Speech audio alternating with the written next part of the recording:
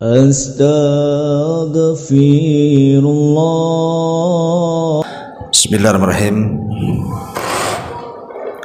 Assalamualaikum warahmatullahi wabarakatuh. Alhamdulillah wassalatu wassalamu ala Rasulillah wa ala alihi wa sahbihi wa mawalah wa la hawla wa la quwata illa billahi wa ba'du. Alhamdulillah, di pagi hari ini Allah subhanahu wa ta'ala masih memberikan kesehatan kepada kita, masih bisa diberikan kesempatan untuk bertolabul ilmi di Masjid Nurul Hidayah, dan pembahasan di pagi hari ini kita akan mengkupas tentang pelajaran-pelajaran besar yang terdapat dalam surah Al-Kahfi. Ma'asyiral muslimat yang dimuliakan Allah subhanahu wa ta'ala, kita tahu bahwa surah Al-Kahfi ini adalah satu surat yang dianjurkan membaca di malam dan hari Jumat, karena Nabi SAW yang mengatakan dari hadis Abi Sa'id Al-Khudri radhiyallahu an, man qara'a surat Al-Kahfi lailatal jum'ati adha'a lahu min nuri fima bainahu wa bainal baitil atiq. Barang siapa yang membaca surah Al-Kahfi pada malam Jumat, ia akan diterangi dengan cahaya di antara ia dan juga Ka'bah. Hadis ini dikeluarkan oleh Imam Ad-Darimi dalam sunannya dan disahihkan oleh Syekh Nasiruddin Al-Albani dalam kitabnya Sahih At-Targhib.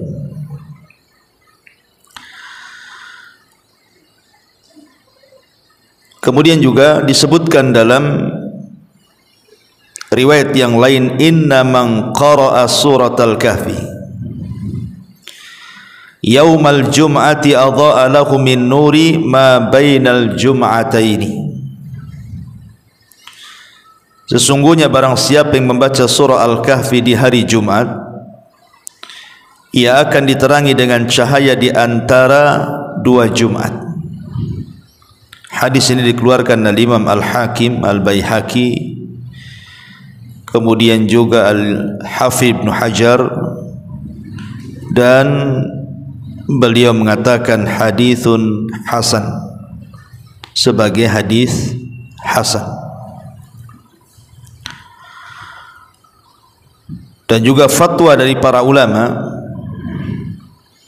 yang menganjurkan membaca surah Al-Kahfi di hari atau di malam Jumat, seperti fatwa daripada Lajnah Daimah, kemudian Asy-Syaikh bin Baz, Asy-Syaikh Ibnu Utsaimin, dan yang lainnya.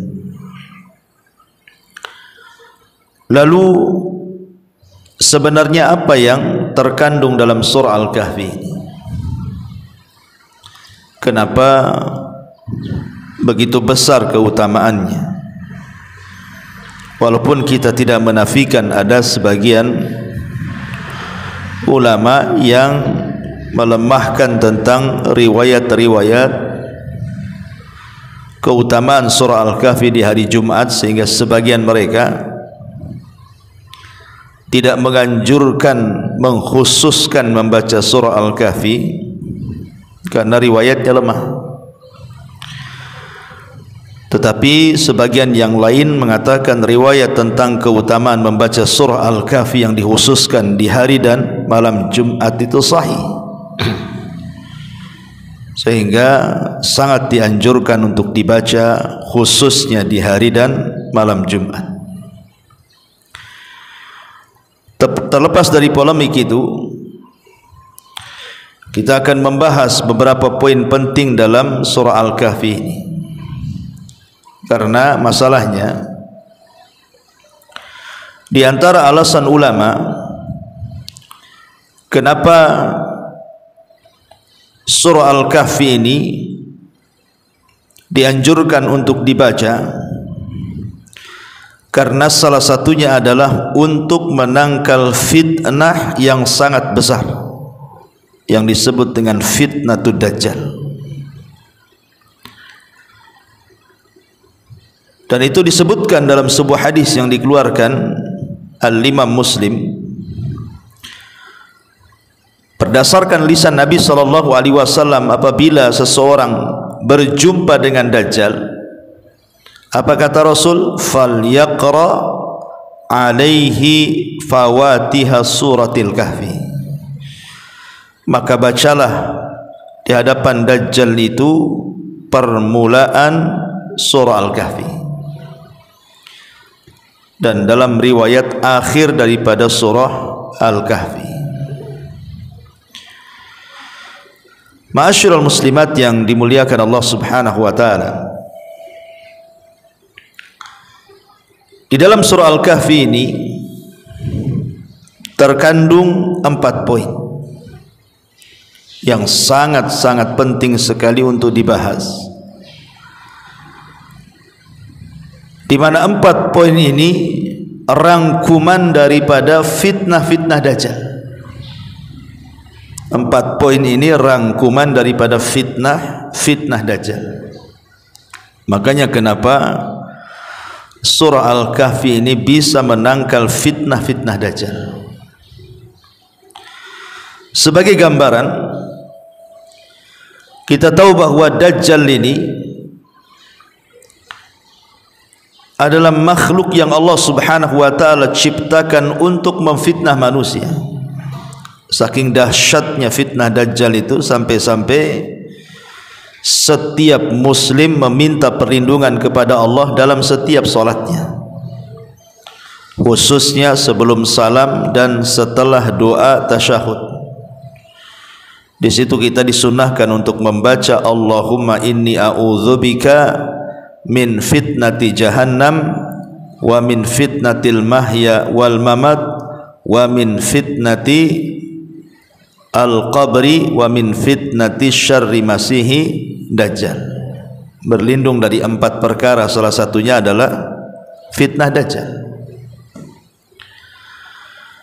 Karena Nabi SAW yang mengatakan sejak zaman Adam diciptakan sampai kiamat dibangkitkan, tidak ada fitnah yang lebih besar melebihi fitnah Dajjal.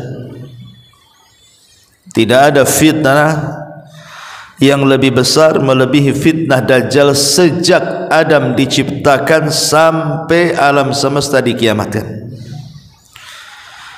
Makanya saking dahsyatnya fitnah Dajjal ini, sampai-sampai Nabi SAW banyak menceritakan kepada para sahabat. Sampai-sampai para sahabat itu karena seringnya diceritakan tentang fitnah Dajjal, sampai di antara mereka ketakutan. Bahkan suatu hari Nabi SAW pernah mendapati para sahabat sedang berkumpul di masjid. Kemudian Rasul menghampiri mereka, rupanya mereka sedang bicara tentang Dajjal. Kemudian para sahabat mengatakan, ya Rasulullah, jangan salahkan kami kalau kami ini terus terpikir dengan adanya Dajjal sampai kami mengira bahwa Dajjal itu ada di kebun kurma Madinah. Saking seringnya Rasul bicara soal Dajjal. Artinya Nabi SAW kalau ada kesempatan, baik dalam khutbahnya atau sedang duduk-duduk bersama para sahabat atau sedang memberikan wejangan, maka terkadang Rasul menyinggung soal Dajjal. Jadi sering sekali bicara soal Dajjal. Karena salah satu penyebab Dajjal itu muncul ketika tidak ada satupun ustadz, dai, khatib yang bicara soal Dajjal, sehingga akhirnya Dajjal dilupakan. Saat itulah Dajjal dikeluarkan. Ma'asyiral muslimat yang dimuliakan Allah Azza wa Jalla, kita fokus kepada surah Al-Kahfi. Lalu apa hubung kait antara surah Al-Kahfi ini dengan fitnah Dajjal? Ini yang kita akan bahas. Di dalam surah Al-Kahfi itu ada 4 kisah yang menarik. Pertama, kisah Ashabul Kahfi itu sendiri. Kisah Ashabul Kahfi itu sendiri. Kisah tentang cerita anak-anak muda yang memperjuangkan agama, kemudian masuk ke dalam gua dan ditidurkan dalam gua selama beberapa abad. Kemudian yang kedua, ada kisah Ashab Al-Jannataini, kisah pemilik 2 kebun, di mana salah satu pemilik 2 kebun itu terfitnah dengan dunia, kufur kepada Allah Subhanahu wa taala alias kufur nikmat. Kemudian yang ketiga, kisah tentang bagaimana Musa alaihi salatu wassalam entah berapa hari, berapa bulan, berapa tahun, tidak dijelaskan dalam Quran, berjalan mencari seorang nabi yang bernama Khidir untuk diambil pengetahuannya bersama pembantunya Yusha ibn Nun. Kemudian yang terakhir, kisah tentang seorang raja yang keliling dunia hanya untuk mendakwahkan dakwah tauhid. Raja ini disebut dengan Dzulqarnain. Dia tidak pernah duduk di singgasananya. Dia keliling ke ujung barat, timur, selatan dengan membawa pasukannya hanya untuk menyebarkan dakwah tauhid. Inilah 4 kisah yang masyhur terdapat dalam surah Al-Kahfi. Taib, ma'asyiral muslimat yang dimuliakan Allah Subhanahu wa taala. Berarti kalau kita simpulkan dari 4 kisah ini, pertama kisah Ashabul Kahfi bicara tentang fitnah agama. Yang kedua tentang kisah Ashabul Jannataini, bicara tentang fitnah dunia. Yang ketiga bicara tentang Musa dan Khidir, bicara tentang fitnah pengetahuan atau ilmu. Kemudian yang terakhir kisah Dzulqarnain yang bicara tentang fitnah kekuasaan, fitnah agama, fitnah dunia, fitnah pengetahuan atau ilmu, dan fitnah kekuasaan. Inilah fitnah-fitnah yang terdapat dalam Dajjal. Makanya kalau kita memahami surah Al-Kahfi, maka kita akan tahu kenapa Rasul menyuruh membaca surah Al-Kahfi ketika berhadapan dengan Dajjal.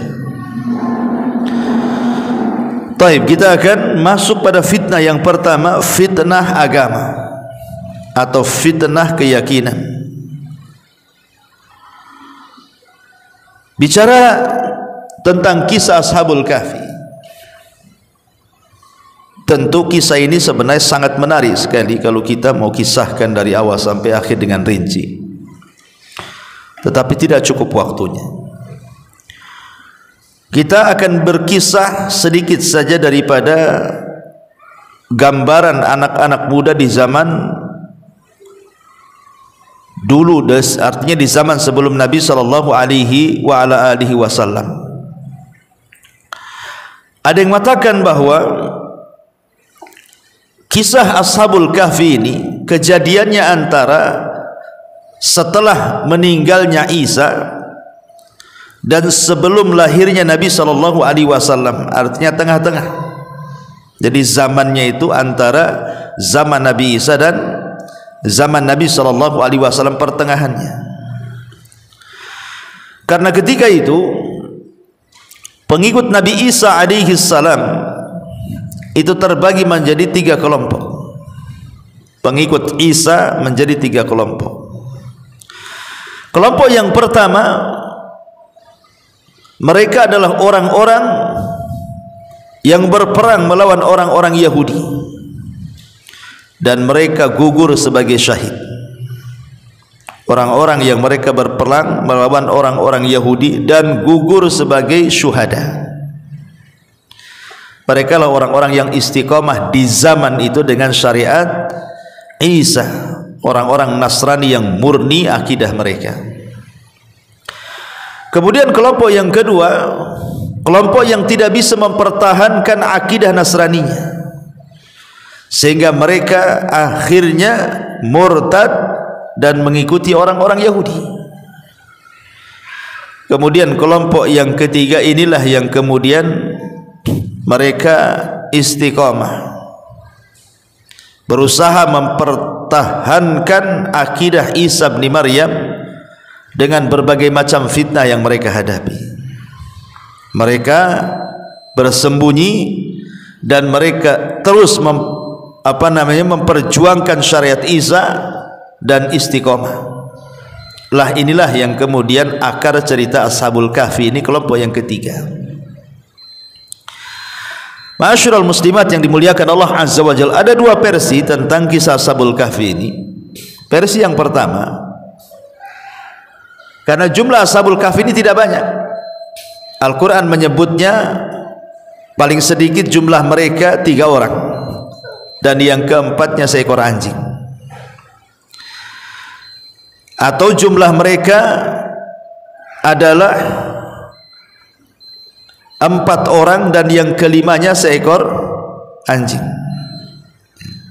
Ataupun mereka adalah 5 orang yang keenamnya seekor anjing, atau mereka 7 orang dan yang ke-8-nya seekor anjing. Jadi paling banyak itu jumlah mereka 7 orang, paling sedikit jumlah mereka 3 orang. Tapi Allahu a'lam, pendapat yang kuat wallahu a'lam menurut jumhur mufassirin bahwa jumlah mereka 7 orang dan yang ke-8-nya seekor anjing. Ya. Jadi dahulu ada 7 pemuda ini mengadakan safar. Mereka para muwahhidun.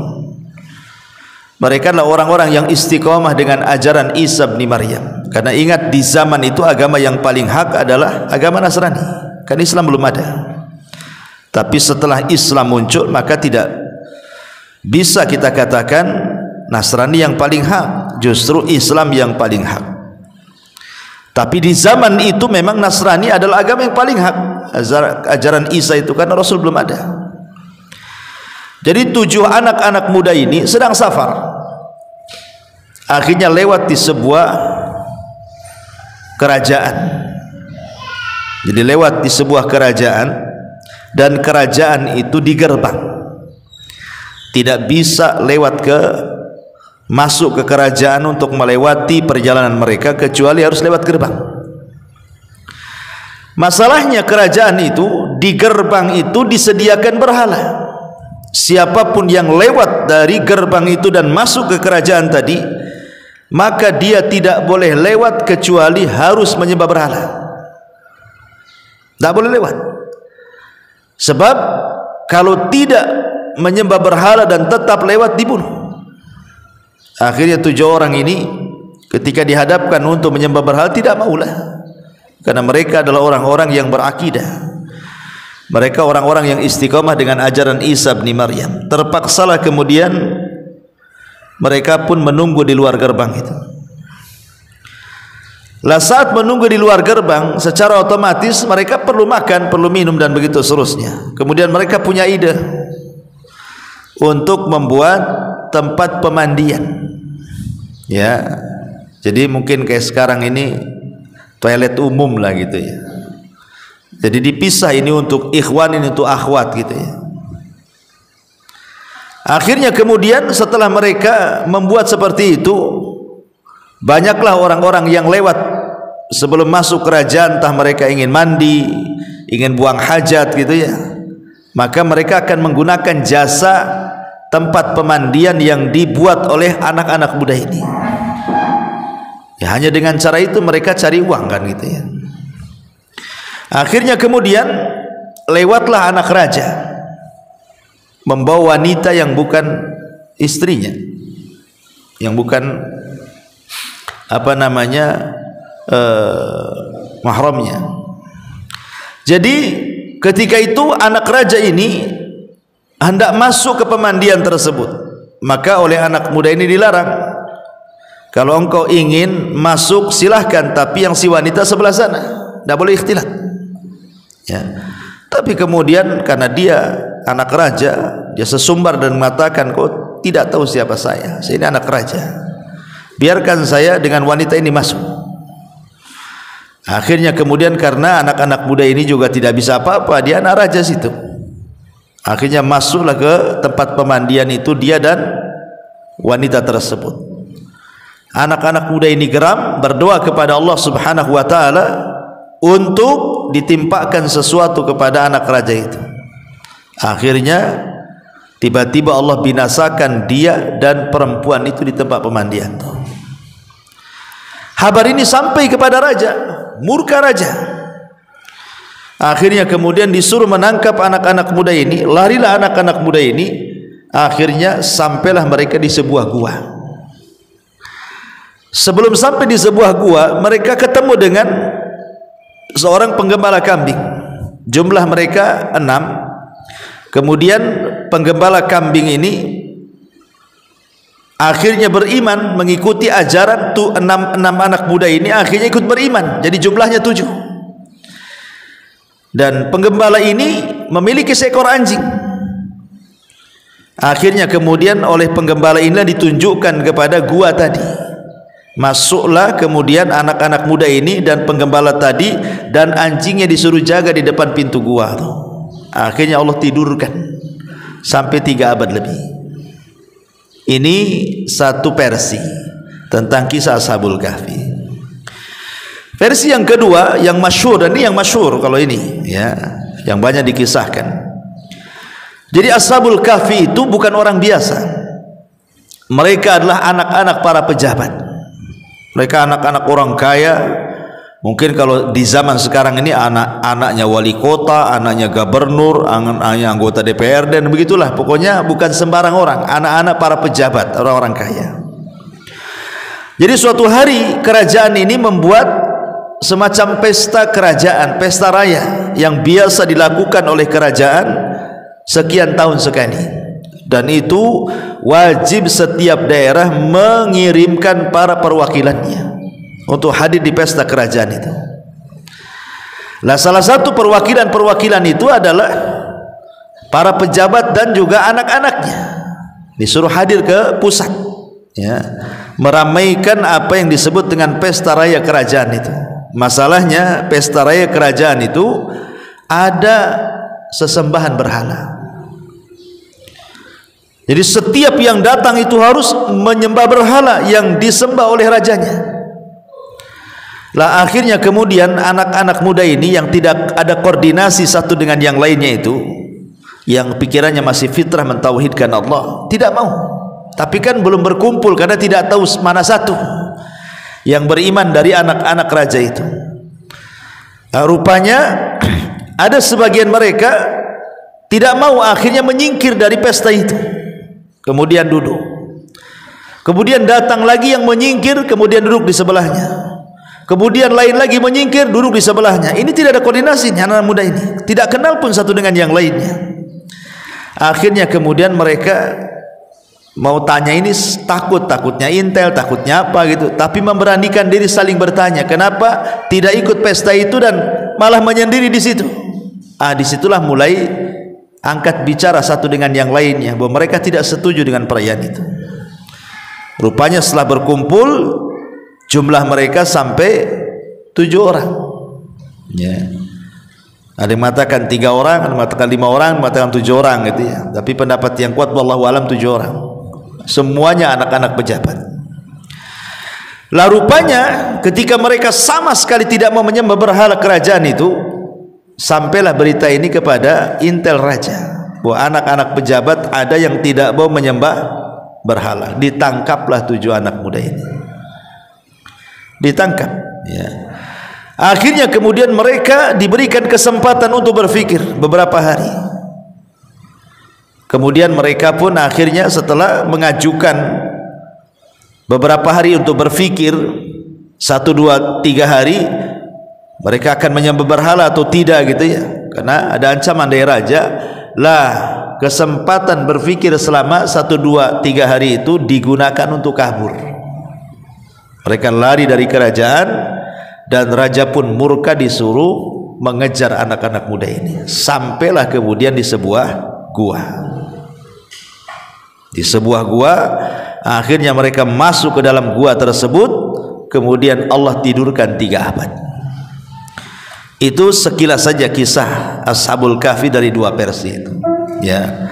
Intinya bahwa dari 2 kisah ini Allah Subhanahu wa taala hendak memberikan pelajaran kepada kita tentang pentingnya mempertahankan akidah, pentingnya mempertahankan sebuah agama. Makanya di dalam Al-Quran Allah mengatakan dalam surah Al-Kahfi itu pelajaran bagi Rasul apa? Fala'allaka bakhi'un nafsaka ala atharihim illam yu'minu bihadal hadithi asafa inna ja'alna ma'alal ardi zinatan laha linabluwahum ayyuhum ahsanu amala. Maka barangkali engkau wahai Muhammad akan mencelakakan dirimu karena bersedih hati setelah mereka berpaling, sekiranya mereka tidak beriman kepada Al-Quran. Sesungguhnya kami telah menjadikan apa yang ada di bumi sebagai perhiasan baginya, untuk kami menguji mereka siapa di antara mereka yang terbaik perbuatannya. Jadi ini jadi pelajaran bagi Nabi SAW. Seolah-olah Ashabul Kahfi ini menjadi inspirasi bagi Rasul di permulaan dakwahnya. Bagaimana Ashabul Kahfi itu di permulaan dakwahnya dikejar-kejar, mau dibunuh oleh raja zalim kan gitu ya, sampai akhirnya mereka bersembunyi di gua. Dan itu yang dialami Nabi. Bagaimana Nabi SAW di permulaan dakwahnya harus bersembunyi di rumah Arqam bidaril Arqam, dan tidak boleh ada yang bercerita, sebab kalau persembunyian itu tahu bisa masalah gitu. Sebagaimana Al-Kahfi sembunyi dalam gua, maka Rasul bersembunyi di rumah Arqam bidaril Arqam, berdakwah di situ, pelan-pelan mengajak manusia. Dan di sini juga ada pelajaran bahwa seberat apapun ujian manusia, jangan pernah melepaskan agama, jangan pernah melepaskan keyakinan. Lihat Ashabul Kahfi, mereka masuk ke dalam gua, padahal mereka anak-anak pejabat loh. Mereka bukan orang biasa, mereka orang-orang yang memiliki dunia. Di tangan mereka kenikmatan dunia. Mereka bisa tidur di kasur-kasur empuk, mereka bisa makan dengan makanan yang lezat, mereka bisa menyuruh dayang-dayang dan pelayan-pelayan mereka. Tapi itu semua ditinggalkannya, malah tidur pula di tanah, di dalam gua, ketakutan dikejar-kejar, hanya mempertahankan iman dan juga akidah dan agamanya. Ini penting, ya. Kalau dalam kondisi kita ditekan saja, kita disuruh untuk mempertahankan agama, kok di zaman sekarang ini tidak ada tekanan agama, malah pindah agama. Enggak ada tekanan agama itu, malah pindah agama di zaman sekarang ini. Hanya gara-gara pernikahan dengan orang kafir, kemudian terfitnah dengan dunia, pindah agama dia, naudzubillah. Ya, ini kan persis seperti yang disabdakan Nabi SAW. Nanti di akhir zaman itu akan terdapat fitnah seperti penggalan malam. Paginya beriman, sorenya kafir. Sorenya beriman, paginya pula kafir, gitu ya. Kenapa? Karena menjual agama mereka dengan dunia yang sangat murah, kata Rasul. Taib, masyarul muslimat yang dimuliakan Allah Azza wa Jalla, di sini ada keteguhan yang luar biasa dari Ashabul Kahfi sebagai pelajaran bagi kita bahwa sulit apapun seseorang, jangan sampai menanggalkan iman. Lihat Nabi SAW saat mendihar istri-istrinya,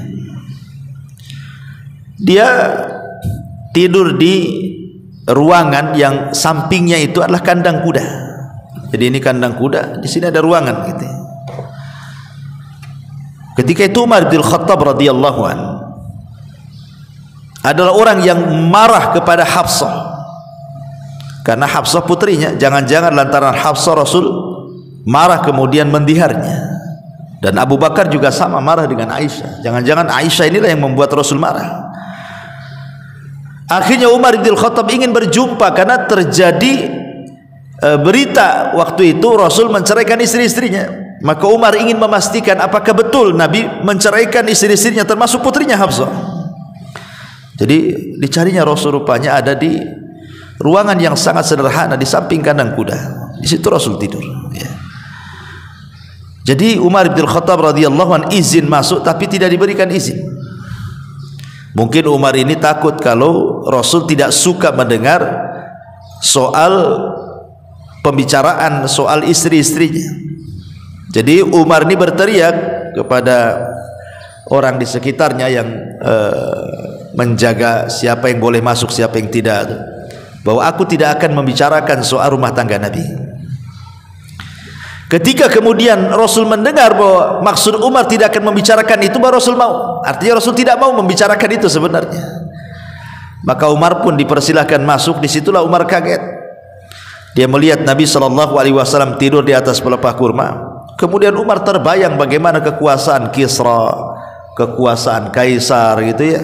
Bagaimana Raja Romawi, mereka diagungkan dengan dunia yang melimpah di hadapan mereka, kasur yang empuk, dayang-dayang, makanan yang enak, kemudian juga kerajaan Persia, Najasyi dan begitu seterusnya. Sehingga Umar mengatakan kepada Rasul, ya Rasulullah, aku sudah pernah melihat Kaisar, Kisra, Najasyi gitu ya. Mereka diagungkan dengan dunia, sementara engkau adalah seorang Nabi. Ya, kenapa kau seperti ini gitu? Maka Nabi SAW mengatakan, ya Umar, sesungguhnya apakah kau suka Allah menyegerakan kepadaku di dunia seperti mereka?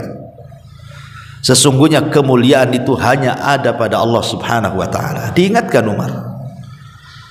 Diingatkan, makanya Umar radhiyallahu an, kata-kata ini melekat ketika dia berkata kepada Abu Ubaidah ibnul Jarrah. Dia mengatakan, wahai Abu Ubaidah, innallaha a'azzana bil Islam, faman ibtagha al izzata bi ghairi ma a'azzana Allah adzallana Allah. Wahai Abu Ubaidah, kemuliaan itu hanya ada pada Islam. Siapapun yang mencari kemuliaan di luar Islam, kau tidak akan dapat.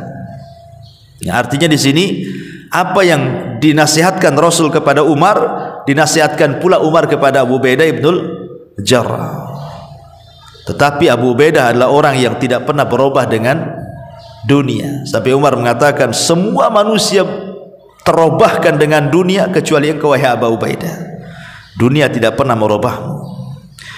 Taib, masyarul muslimat yang dimuliakan Allah Azza wa Jalla, pelajarannya adalah bagaimana Nabi SAW dalam kesederhanaan dia mengajarkan kepada para sahabat dan kita, dalam kesederhanaan apapun, dalam kesulitan apapun, jangan sampai melepaskan Islam dengan terfitnah dengan dunia.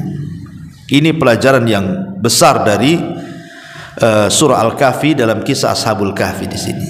Mempertahankan agama, akidah dan tauhid bagaimana caranya. Ini yang pertama. Yang kedua, dalam surah Al-Kahfi ini terdapat kisah Ashabul Jannataini. Kisah Ashabul Jannataini. Jadi dahulu di zaman sebelum Nabi SAW, ada yang mengatakan ini di zaman Bani Israel, kisah-kisah Israiliyat gitu ya. Ada yang mengatakan kisah ini terjadi di Yaman, artinya kisah-kisah Arab, wallahu alam ya.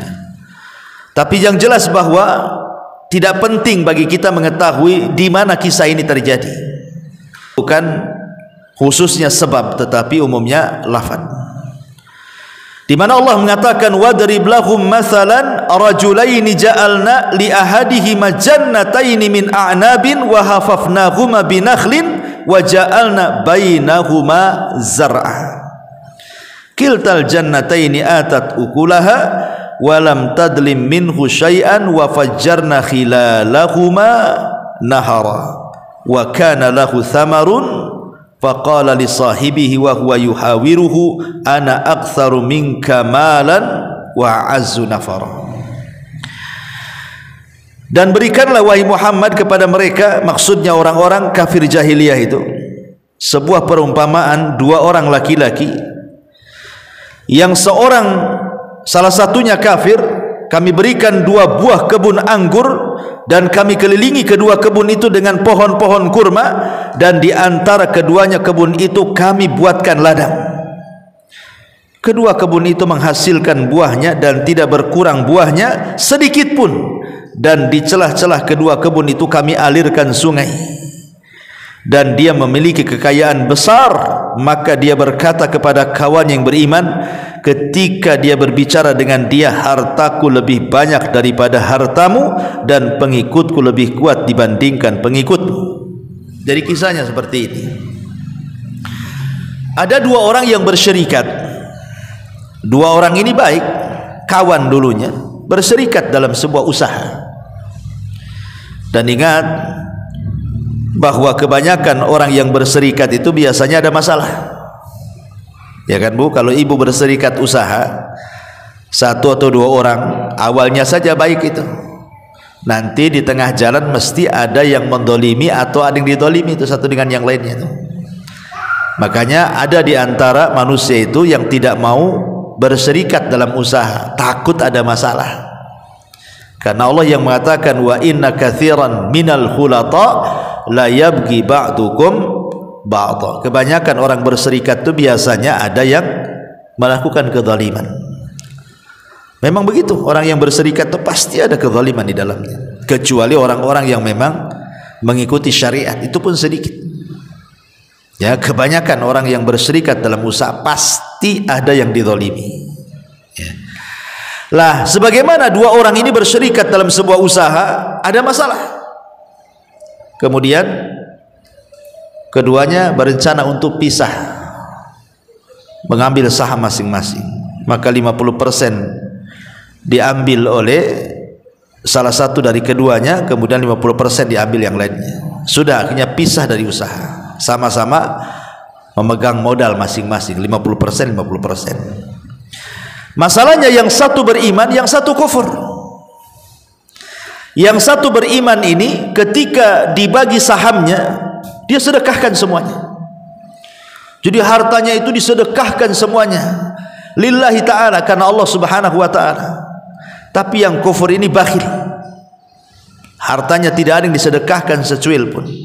Justru dia dibelikan dua kebun. Dia beli dua kebun, kemudian sisanya dia gunakan untuk menikah, sisanya dibelikan untuk budak membayar supaya bekerja di kebunnya, dan begitu seterusnya. Pokoknya kontraslah, yang satu diinfakkan, yang satu mengejar dunia. Dengan berjalannya waktu, rupanya yang kufur nikmat ini Allah subhanahu wa ta'ala berikan rizki yang luas. Kebunnya, kebun anggurnya ini menghasilkan buah yang luar biasa. Kemudian pagarnya adalah pohon-pohon kurma. Kemudian di tengah-tengahnya ada ladang-ladang lagi yang bisa ditanami selain daripada kurma dan anggur. Kemudian air yang masuk ke kebunnya adalah air yang sangat jernih, yang tidak harus dirawat, tanpa harus ada tenaga.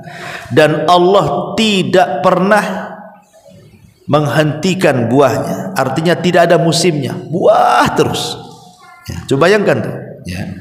Kalau kita kan kalau mau mangga ada musimnya, mau duren ada musimnya. Di sana enggak. Ya.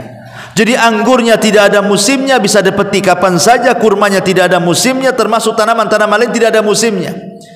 Akhirnya lambat laun jadilah dia kaya.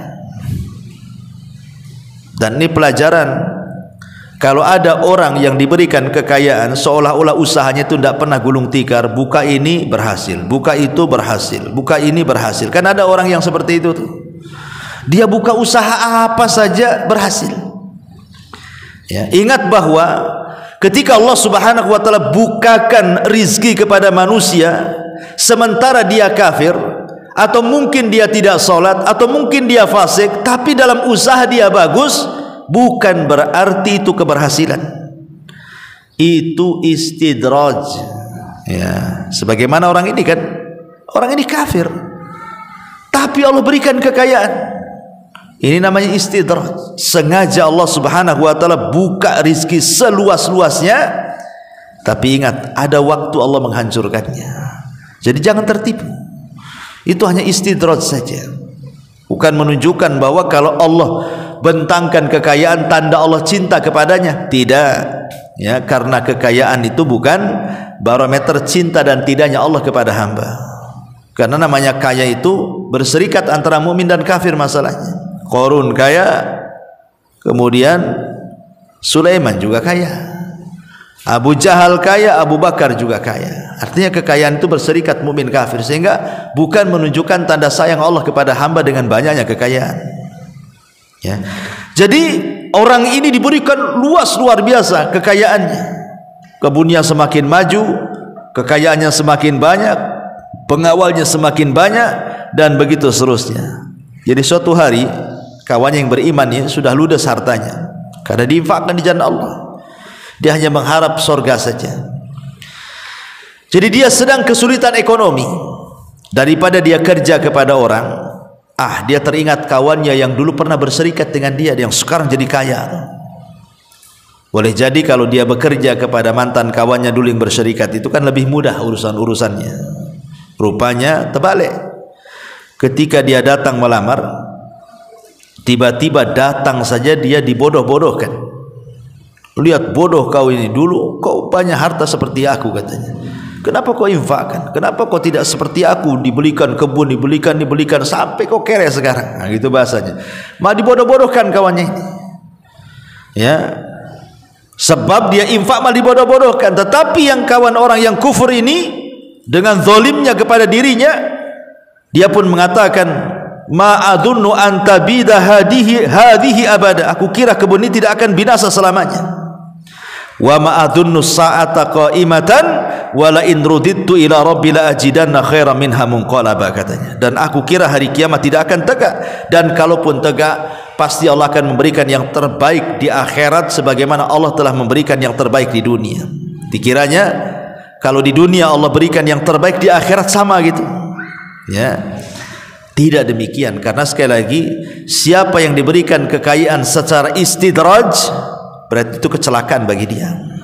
Kalau Allah memberikan kekayaan karena istidraj lah, sengaja dibukakan, padahal dia tidak sholat, padahal dia tidak puasa, padahal dia tidak zakat, padahal dia kafir gitu ya. Ingat, ini kekayaan istidraj, artinya ada batasnya. Allah sengaja membentangkan untuk dihancurkan.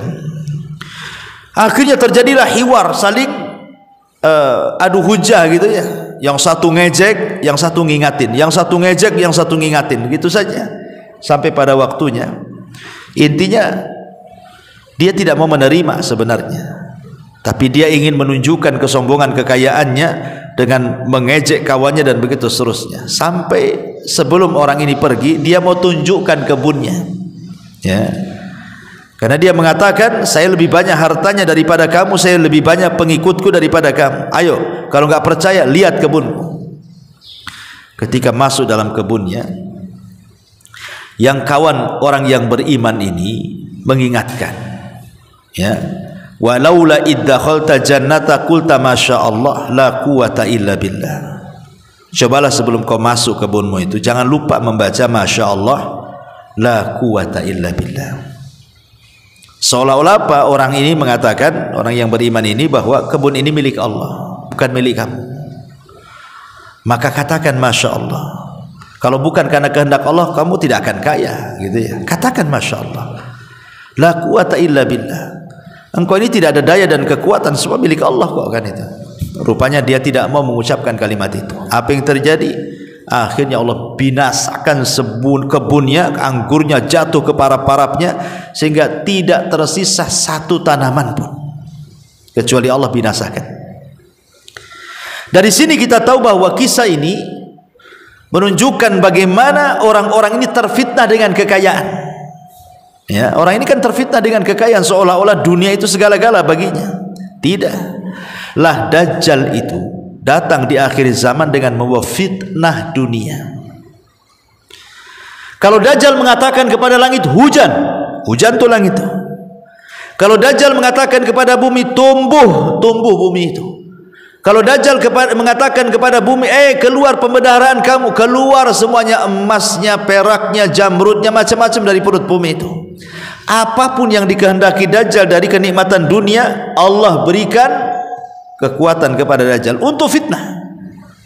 Dajjal memiliki rububiyah Allah, tapi sengaja Allah berikan itu untuk memfitnah manusia, gitu maksudnya. Makanya kenapa di akhir zaman itu yang paling banyak terfitnah, maaf, itu ibu-ibu tuh.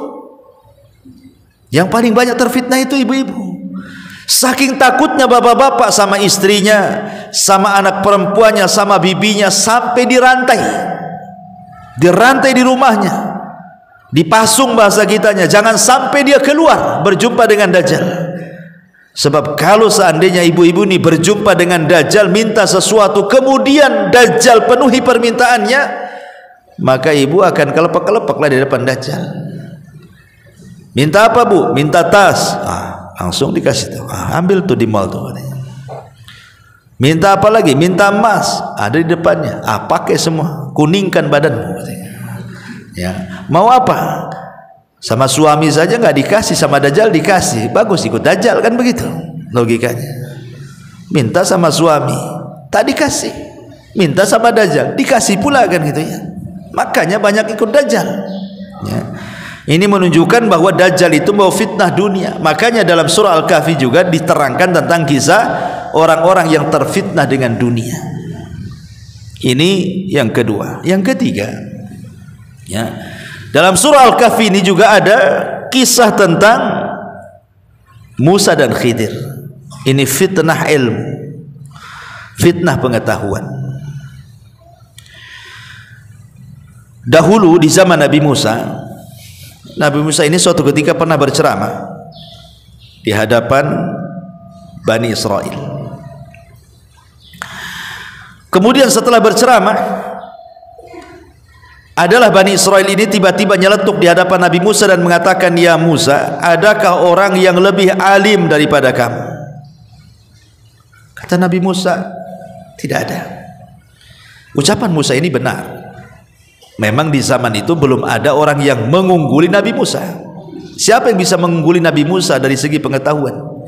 Dia seorang nabi, dia seorang rasul, dia ulul azmi, dia kalimur rahman, dia orang yang paling masyhur dari nabi-nabi Bani Israel, padanya kitab Taurat, macam-macam keutamaan Musa itu. Sehingga wajar kalau umpamanya ketika Musa ditanya, ada nggak orang yang lebih alim dari kamu? Kata Musa, tidak ada. Ucapan Musa benar. Cuman yang jadi masalah, Musa ketika mengatakan tidak ada itu lupa mengucapkan kalimat insya Allah. Itu saja sebenarnya. Harusnya Musa mengatakan insya Allah tidak ada, gitu maksudnya. Tapi Musa main mengatakan tidak ada.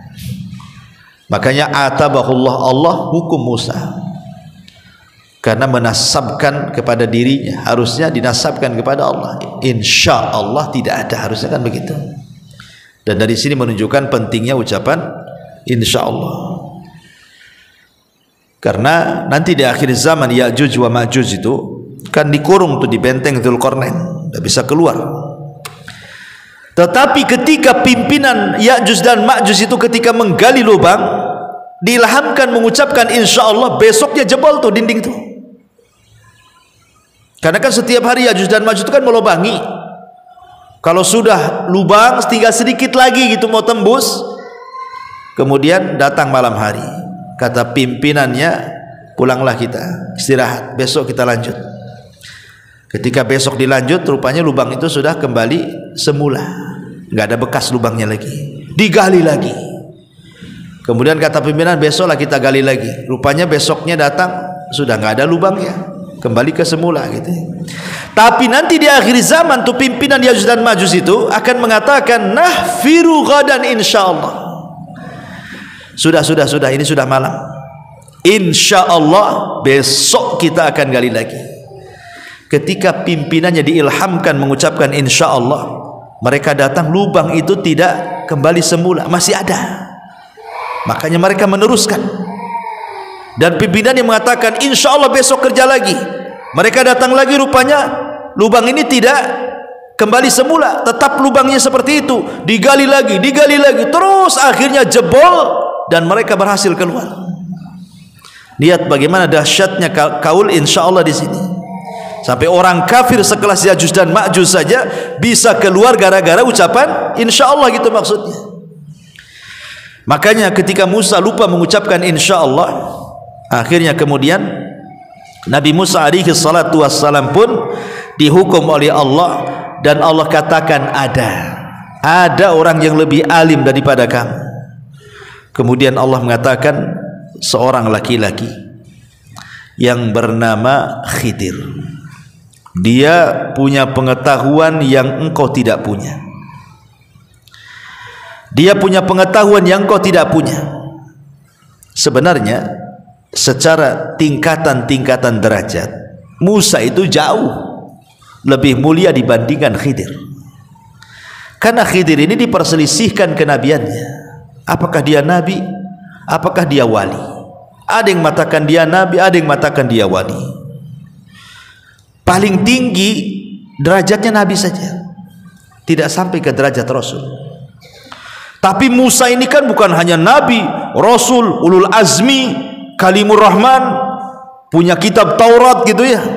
Gak ada apa-apa kalau mau dibanding-bandingkan antara Khidir dengan Musa ini. Musa jauh lebih mulia. Tapi Allah subhanahu wa ta'ala ingin mengajarkan kepada Nabi Musa apa? Menundukkan kesombongan dan menanamkan rahmat, kasih sayang. Sebab kalau orang sudah hilang kesombongan, pasti akan tertanam kasih sayang.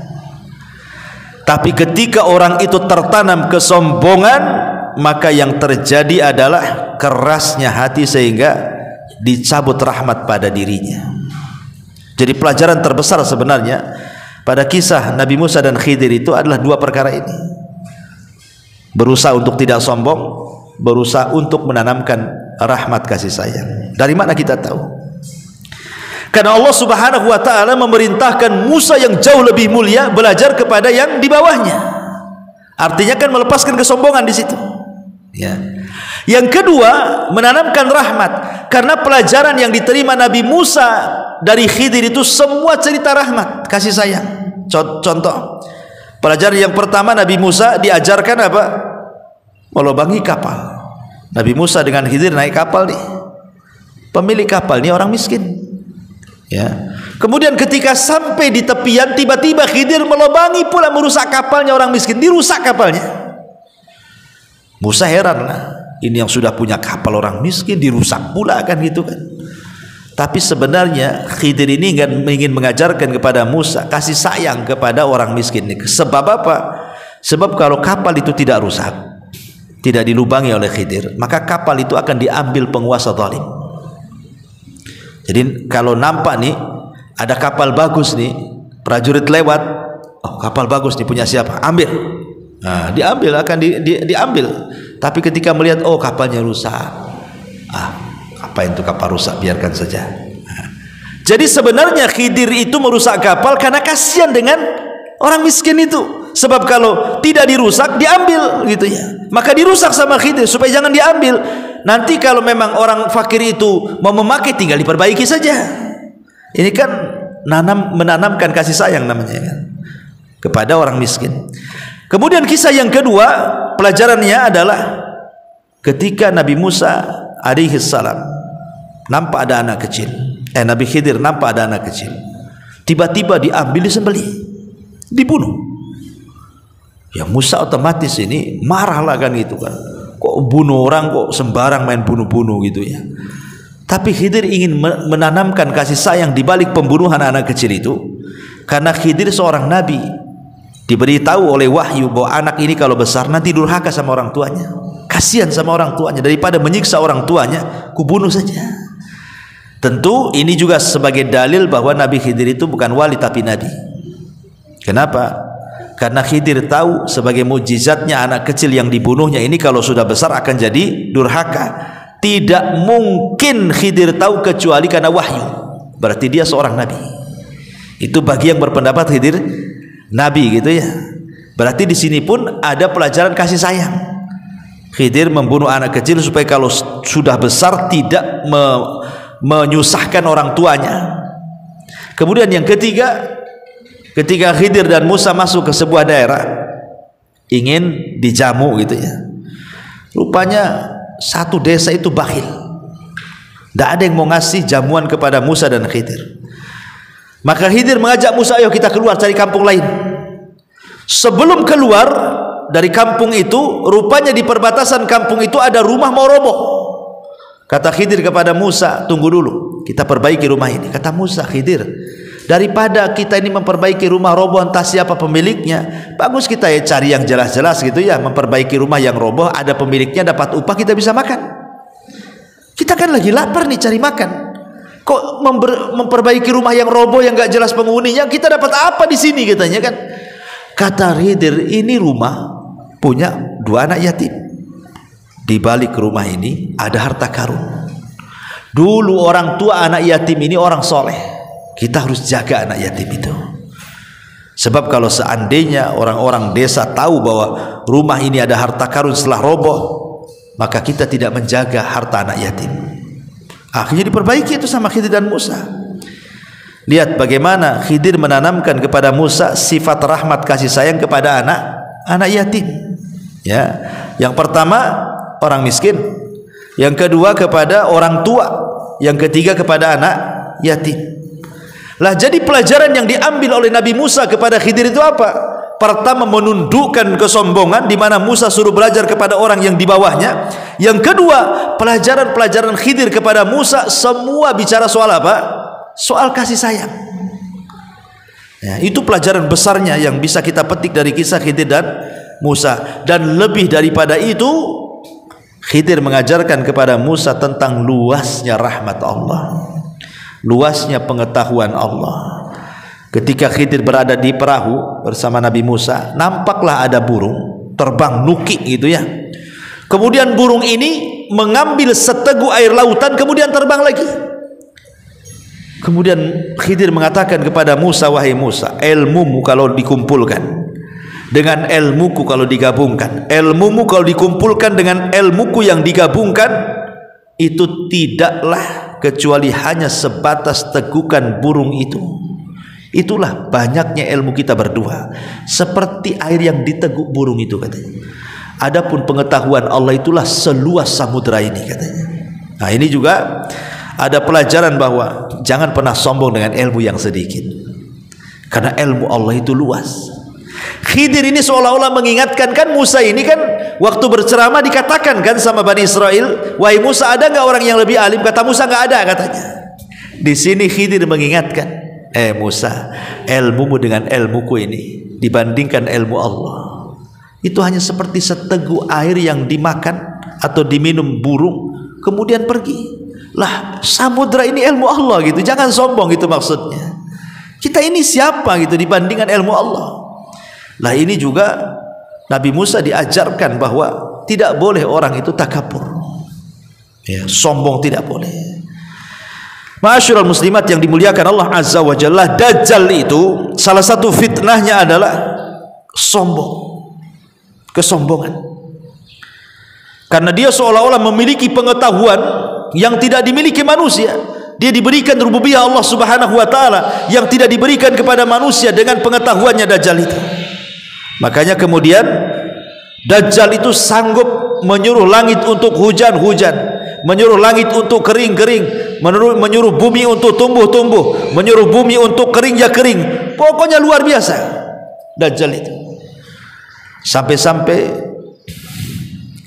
ada orang anak muda ini beriman, punya pengetahuan, talabul ilmi, mencari Dajjal, ya, mencari Dajjal, kemudian ketemu sama prajuritnya dan mengatakan, mau kemana kamu?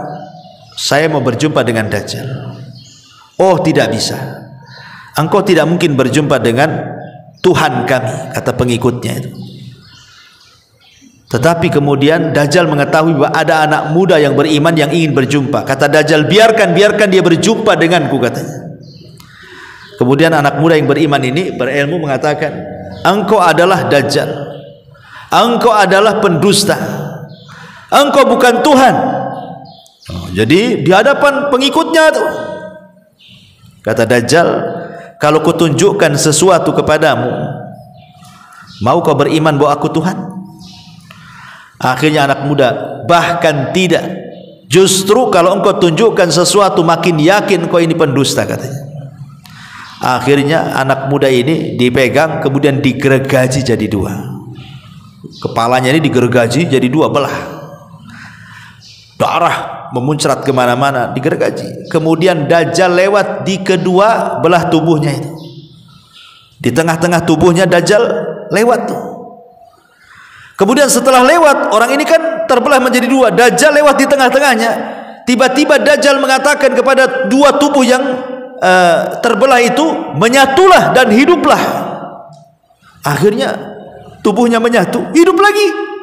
Ya, kata Dajjal, lihat, bukankah sudah aku tunjukkan kesaktianku? Maukah kau beriman kepadaku? Aku ini Tuhan. Kata anak muda ini, makin yakin kau adalah Dajjal, katanya. Justru makin yakin kalau ini kau Dajjal, awar, kafir, gitu ya kan. Akhirnya Dajjal emosi, kemudian mau menusuk anak muda ini dengan pisau dia. Tetapi Allah tidak kuasakan kepada Dajjal mampu membunuh anak muda ini, sehingga karena takut kelemahannya diketahui para pengikutnya, akhirnya dia pun melemparkan anak muda ini ke api sebelah kirinya, karena Dajjal itu kemana-mana bawa api dan air. Jadi dilemparkan ke dalam api, yang hakikatnya api itu adalah air dan air itu api. Maksudnya api itu adalah sorga, air itu adalah neraka. Tapi sebelum anak muda ini masuk ke dalam api itu, anak muda sudah mengingatkan bahwa Dajjal tidak akan sanggup membunuhku, jangan kalian percaya dengan dia. Tapi karena anak buahnya Dajjal sudah tertutup hidayah, mereka pun tidak bergeming dengan ucapan anak muda itu, tidak yakin, sampai anak muda ini masuk ke dalam api dan mati oleh Dajjal. Ya. Nah, dari sini ma'asyiral muslimat yang dimuliakan Allah Azza wa Jalla, sehebat apapun Dajjal itu, dia tidak bisa melawan orang yang beriman, yang berilmu. Tetapi ingat bahwa ini anak muda pilihan. Tidak semua orang bisa menghadapi Dajjal. Makanya Rasul mengatakan, kalau engkau mendengar ada Dajjal, sebaiknya jangan dihadapi, pergi, menyingkir, kata Rasul. Faliyan a'anhu, jangan coba-coba dihadapi, karena fitnahnya sangat dahsyat. Dari sini pelajaran bagi kita, jangan pernah masuk ke daerah-daerah fitnah, jangan pernah masuk ke tempat-tempat fitnah, ke tempat-tempat syubhat, jangan masuk. Kalau kita ini tidak kuat imannya, jangan pernah masuk ke tempat fitnah. Karena Rasul saja mengatakan kalau berjumpa dengan Dajjal kabur. Sebab kalau berjumpa betul-betul, nanti kita tidak bisa menghadapi, kita pula jadi pengikut dia, gitu maksudnya. Maka sekecil apapun tempat syubhat, tempat fitnah itu jangan didatangi. Ya, seperti mamanya orang jalan-jalan ke negeri-negeri kafir. Buat apa? Ya, menghabiskan uang jalan-jalan ke negeri kafir itu buat apa coba? Bagus untuk umroh, untuk haji yang sudah jelas-jelas gitu ya. Kemudian menyumbang kepada tempat-tempat ibadah fuqara wal masakin, jelas. Daripada kita jalan-jalan ke negeri kafir yang jelas-jelas itu negeri penuh dengan fitnah dan syubhat. Ya. Nanti sampai di sana malah terfitnah. Terfitnah dengan dunia, terfitnah dengan syubhat agama, luntur akidah kita dan begitu seterusnya. Nauzubillah gitu ya. Maka jauhi tempat-tempat fitnah itu. Ini kisahnya Nabi Musa dan juga Khidir. Kemudian yang terakhir ya adalah kisah Dzulqarnain. Dzulqarnain ini adalah fitnah kekuasaan. Ya, bicara tentang fitnah kekuasaan. Tapi Dzulqarnain ini satu-satu raja dari 4 raja dunia yang beriman. Maksudnya yang menguasai dunia secara utuh, ya, sebagian besar dunia dikuasai. karena hanya ada 4 raja ya yang pernah menguasai sebagian besar dunia. 2 beriman, 2 kufur. Yang beriman Dzulqarnain dan juga Sulaiman. Kemudian yang kufur Namrud di masa Ibrahim. Kemudian yang kedua Bukhtu An-Nasr, Bukhtun Nasr yang pernah membantai orang-orang Yahudi Palestina, Raja Babylon ya, di zaman Nabi Yahya kalau tidak salah. Taib masyarul muslimat yang dimuliakan Allah Azza wa Jalla, salah satunya adalah salah satu dari fitnah dalam surah Al-Kahfi adalah fitnah kekuasaan. Tapi Dzulqarnain ini berbeda dengan Namrud yang terfitnah dengan kekuasaan dan berbeda dengan Bukhtun Nasr. Dia jadikan kekuasaannya untuk dakwah. Dia jadikan kekuasaannya untuk berdakwah. Jadi dia itu subhanallah melakukan perjalanan yang disebutkan dalam Al-Quran itu ke 3 arah. Jadi Dzulqarnain ini dia berjalan ke 3 arah disebutkan di dalam Al-Quran itu. Kemana saja coba? Pertama, Maghrib Syamsi. Dia mengarah ke tempat terbenamnya matahari, ke arah barat. Jadi perjalanan Dzulqarnain itu ke arah barat. Baru yang kedua, Matla' Asy-Syamsi, ke arah terbenamnya terbitnya matahari. Jadi perjalanan yang pertama ke arah barat, ke arah terbenamnya matahari. Kemudian yang kedua ke arah terbitnya matahari. Artinya kemana? Ke ujung timur. Baru setelah ke arah barat, ke arah timur, baru Dzulqarnain ke arah sebaliknya, imma ke arah selatan atau ke arah utara ya. Kemudian mendapatkan Dzulqarnain ini di antara 2 gunung. Didapati di belakang kedua gunung itu ada satu kaum yang hampir tidak memahami pembicaraannya. Jadi Al-Quran menyebutkan 3 arah perjalanan Dzulqarnain: arah barat, arah timur, dan arah yang tidak jelas apakah utara ataukah selatan. Yang jelas akhirnya berjumpa dengan sebuah kaum yang tidak bisa dipahami bicaranya. Rupanya setelah berusaha untuk memahami bicaranya, Dzulqarnain paham bahwa kaum itu diganggu oleh makhluk yang bernama Ya'juj wa Ma'juj, kabilah yang sangat jahat. Makanya kemudian Dzulqarnain memageri ya antara kampung yang suka diganggu Ya'juj dan Ma'juj dengan Ya'juj dan Ma'juj itu betul-betul dibuatkan benteng sehingga mereka tidak bisa keluar dari situ.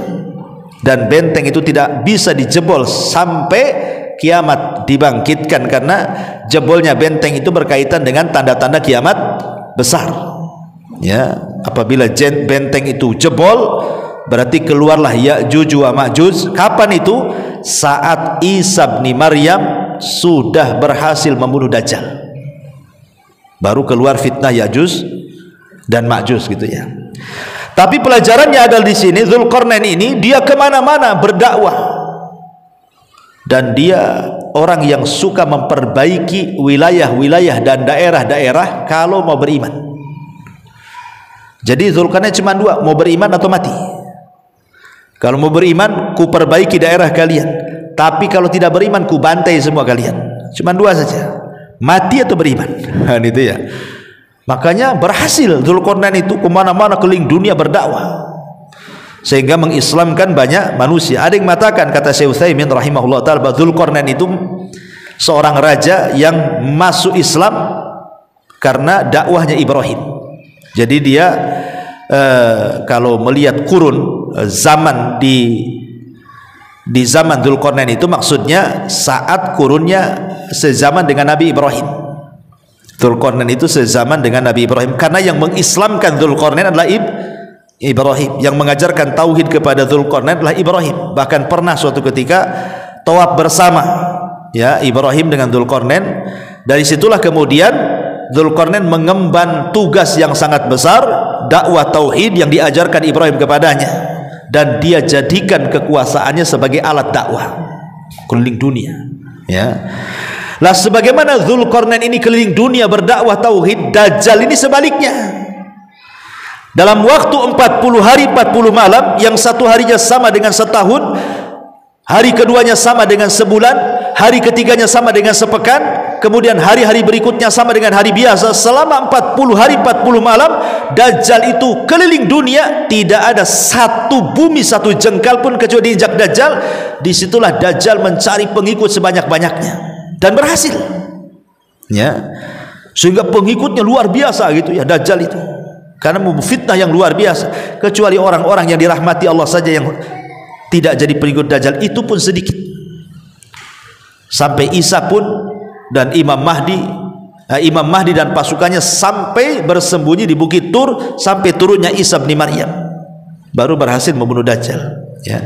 Tapi lihat bagaimana Dajjal menyebar dengan kekuasaannya, fitnah di mana-mana, tapi Dzulqarnain dengan kekuasaannya menjadi alat dakwah menyebarkan tauhid. Ya. Inilah 4 kisah yang disebutkan dalam surah Al-Kahfi.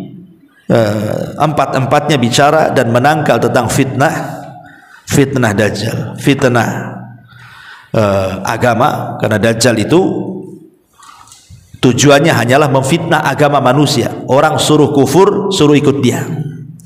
Kemudian yang kedua, fitnah dunia, karena Dajjal itu dengan pengetahuan ataupun rububiyah yang Allah anugerahkan kepada Dajjal sebagai fitnah, itu salah satunya adalah memurtadkan orang dengan cara apa? Mengiming-imingi dunia supaya orang murtad, ya.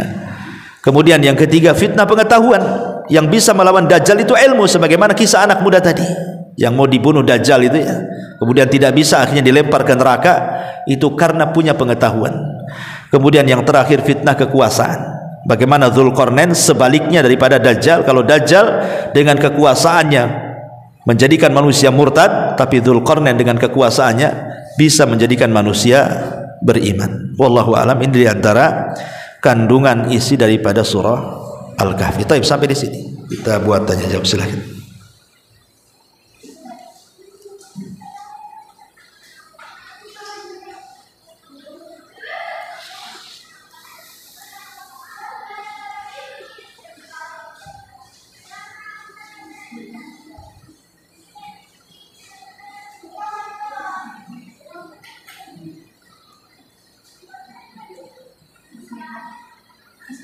Iya.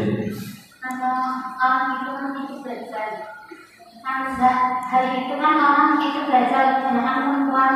Kalau orang itu enggak semuanya itu tobatnya itu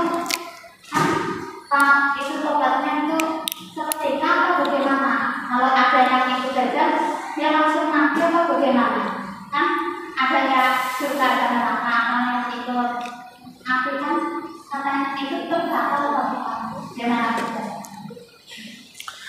Kalau sudah ikut Dajjal akan sulit keluar dari Dajjal, karena kalau sudah ikut Dajjal artinya sudah menuhankan Dajjal, sudah yakin bahwa Dajjal itu adalah Tuhan, dan sulit akan keluar dari Dajjal kalau sudah jadi pengikutnya. Ya, tetap hidup, tetapi ya tadi menjadi para pengikut Dajjal, menjadi para pengikut hawa nafsu. Mereka senang hidupnya karena kekayaannya melimpah, gitu ya. Ternaknya juga melimpah. Pokoknya apa yang dikehendaki melimpah di hadapan dia. Ya gimana nggak ikut Dajjal? Jangankan Dajjal belum muncul, hari ini saja sudah banyak jadi pengikut Dajjal. Dajjalnya belum ada, pengikutnya sudah ada. Ya. Siapa mereka? Ya para pengikut hawa nafsu, orang-orang yang hubud dunia, orang-orang yang cinta dengan dunia. Itu kalau ketemu Dajjal cocok tuh, salaman tuh. Orang-orang yang hubud dunia, orang-orang yang lebih mencintai dunia dibandingkan akhirat, belum datang Dajjal saja sudah jadi pengikutnya tuh. Karena Dajjal itu mengiming-imingi pengikutnya dengan dunia, gitu. Jadi para pengikut Dajjal itu hubud dunia. Belum ada Dajjalnya orang sudah hubud dunia. Ya kalau ketemu Dajjal ya jadi boloknya lah, jadi kawannya. Nah dari sini kenapa di akhir zaman itu orang muda ikut Dajjal? Karena ya seperti itu, belum keluar saja sudah terfitnah dengan fitnahnya. Seperti fitnah kekuasaan. Dajjal belum ada, dia sudah jadi dajjal pula kan gitu ya. Dia yang jadi dajjal kecilnya lah bahasanya. Dengan kekuasaannya justru bukannya digunakan alat dakwah, malah untuk kezaliman, untuk kerusakan. Nah ini dajjal kecil lah namanya. Ataupun dengan pengetahuannya bukannya mengajak manusia ke dalam hidayah, malah menyesatkan pula dengan pengetahuannya. Harusnya dengan ilmu itu orang dapat hidayah, tapi enggak, dengan pengetahuan sesat orang itu. Dibuat orang syirik, dibuat orang bid'ah, dibuat orang maksiat gitu kan. Dengan pengetahuannya, bukannya orang itu diarahkan ke tauhid, diarahkan ke sunnah, diarahkan ke taat. Ini malah sebaliknya dengan pengetahuannya. Nah, ini kan bahaya ya. Padahal Nabi SAW itu tidaklah meminta tambah dalam kehidupannya kecuali 3 perkara. Pertama ilmu, Rabbi zidni ilma, ya Allah tambahkan ilmu kepadaku. Yang kedua umur, ya Allah buatlah umurku berkah, panjang tapi berkah. Kemudian amal. Ya Nabi SAW hanya minta 3 perkara. Tambahan ilmu, tambahan umur supaya berkah, tambahan amal supaya bertambah. Selebihnya Rasul tidak meminta tambah, apalagi harta, apalagi apa, enggak. Bahkan kekuasaan pun Nabi SAW lebih baik berjumpa dengan kawan-kawannya di Rafiqil A'la saat Jibril menawarkan gitu ya, apakah mau kau lanjutkan kekuasaanmu dan Allah berikan kenikmatan yang banyak? Kata Rasul, tidak, sebaiknya aku meninggal saja, aku ingin berjumpa dengan kawan-kawanku di Rafiqil A'la. Rasul menghindar, tidak mau ya kan? Nah, intinya bahwa kalau jadi pengikut Dajjal ya sudah, dia kan nggak akan keluar dari situ. Wallahu a'lam.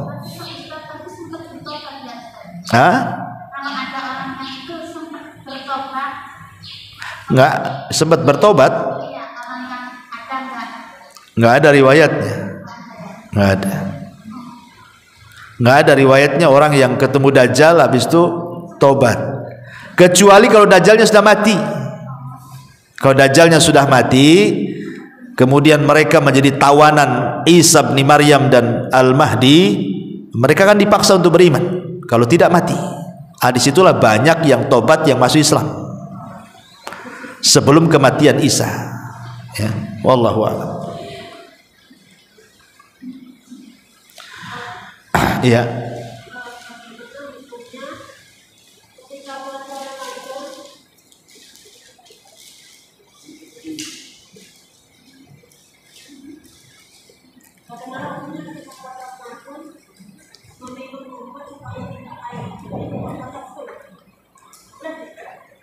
Oh, meminum obat haid supaya bisa puasa full gitu. Iya. Bismillah, alhamdulillah.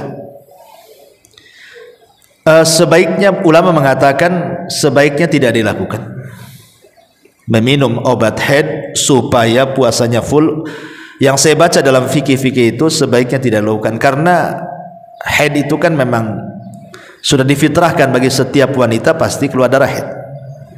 Setiap wanita itu pasti keluar darah haid, sehingga sebaiknya tidak dilakukan.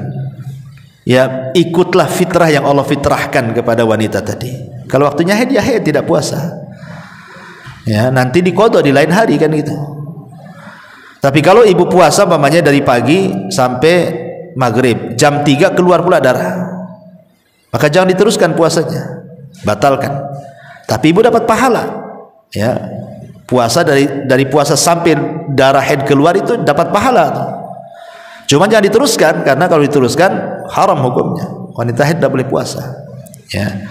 Tapi kalau untuk menangkal haid dengan mengkonsumsi obat supaya mampet haidnya, maka ulama tidak menganjurkan, kecuali dalam waktu-waktu tertentu, seperti lagi umroh, lagi haji. Karena memang untuk kesananya saja butuh waktu, butuh biaya, sehingga sebenarnya memberikan rukhsah, boleh gitu ya.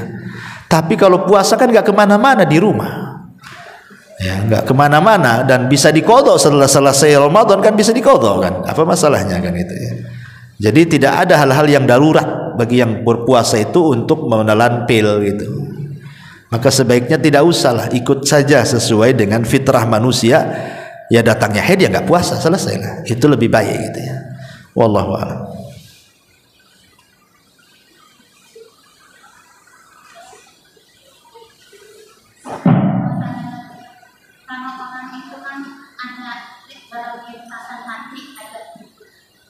Contohnya ada perkataan Ustaz kan kemarin bilang kalau orang yang kasar hati katanya enggak tetap di insafat ya Ustaz.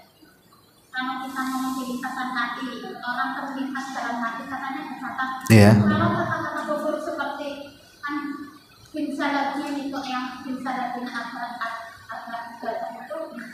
itu gimana? Dimaafkan nggak Ustaz? Apa? Kan kata-kata bin salabin itu kan katanya itu perkataan kufur kan Ustaz? Bin salabin? Iya. Bin salabin itu yang ada orang surat. Iya itu.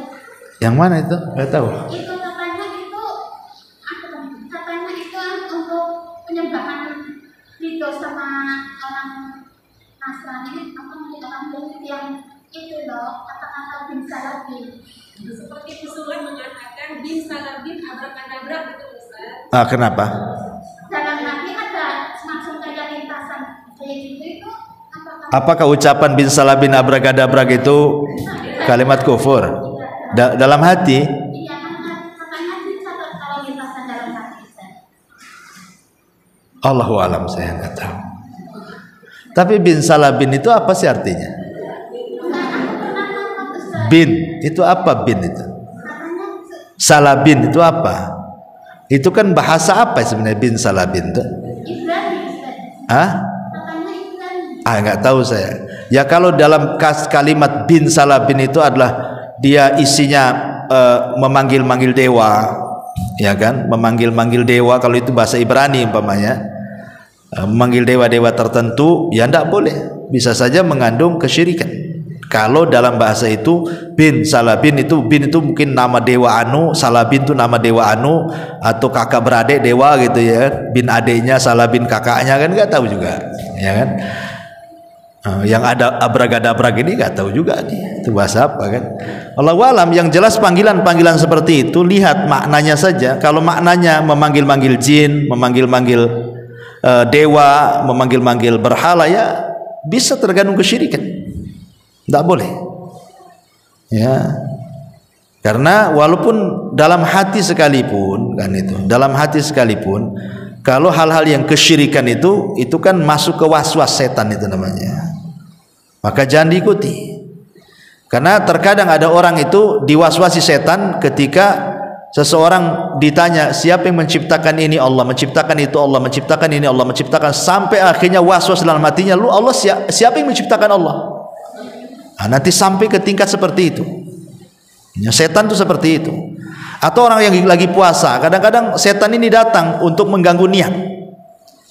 Ya, mengganggu niat, mamanya ibu sahurnya kurang kenyang, atau bahkan tidak sahur sama sekali, mungkin karena capek habis tarawih makan gitu ya, terus capek tidur bablas sampai akhirnya subuh nggak sempat sahur. Ya, tapi ibu sudah niat puasa, ya sah-sah sajalah. Nanti siang ini setan datang, kadang-kadang setan korin itu. Ya, ibu lagi lapar, sudahlah, makan aja, kau ini lapar, makan aja kan itu. Itu kan setan kadang-kadang ada, karena kan namanya setan korin itu tidak diikat. Yang diikat itu kan marodatus setan gitu ya.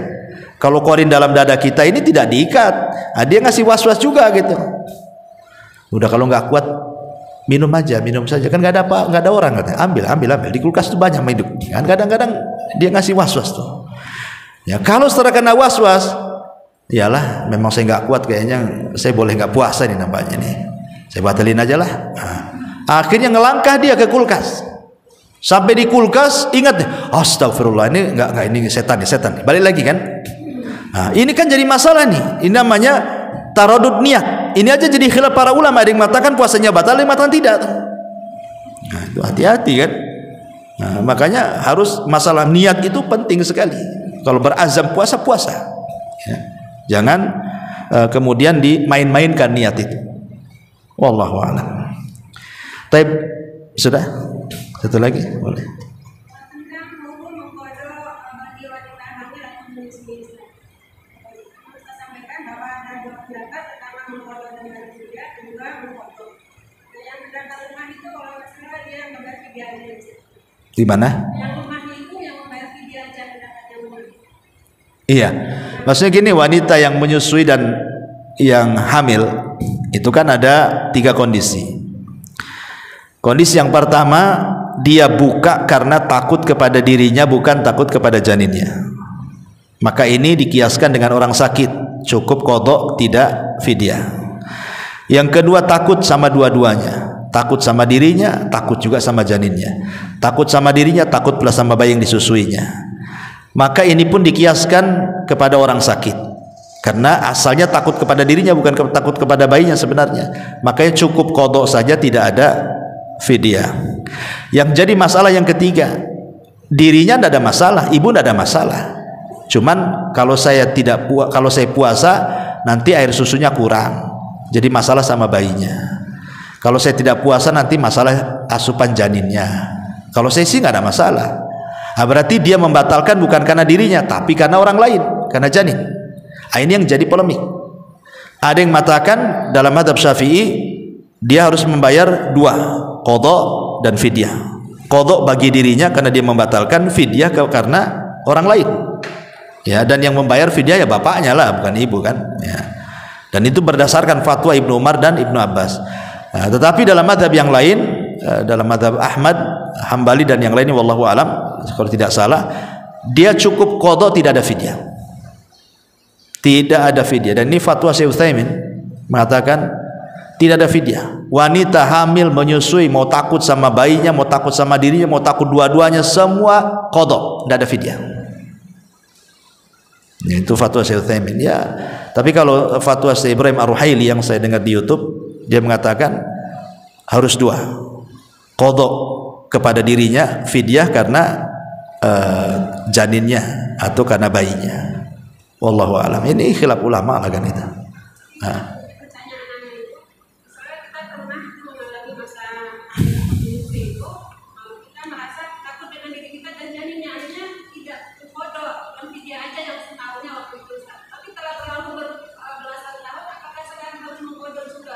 Ya, kalau ibu tahu berapa hari dulu nggak puasa, ya tinggal dikalikan saja.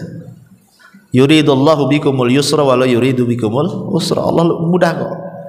Kalau ingat tahun dulu nggak ini bayar, ya tinggal puasa saja, itu kan dapat pahala. Sekalian dikoto. Kalau tidak bisa tahun ini sudah mepet, ya tahun depan nanti tinggal dikumpulin saja. Karena yang berpendapat bayar fidyah saja tanpa qadha itu memang ada riwayat dari Ibnu Abbas dan Ibnu Umar kalau tidak salah, tapi riwayatnya shadz kata ulama. Baik secara matan menyelisihi, baik atau secara sanad bermasalah riwayatnya. Sehingga pendapat yang bayar fidyah itu lemah.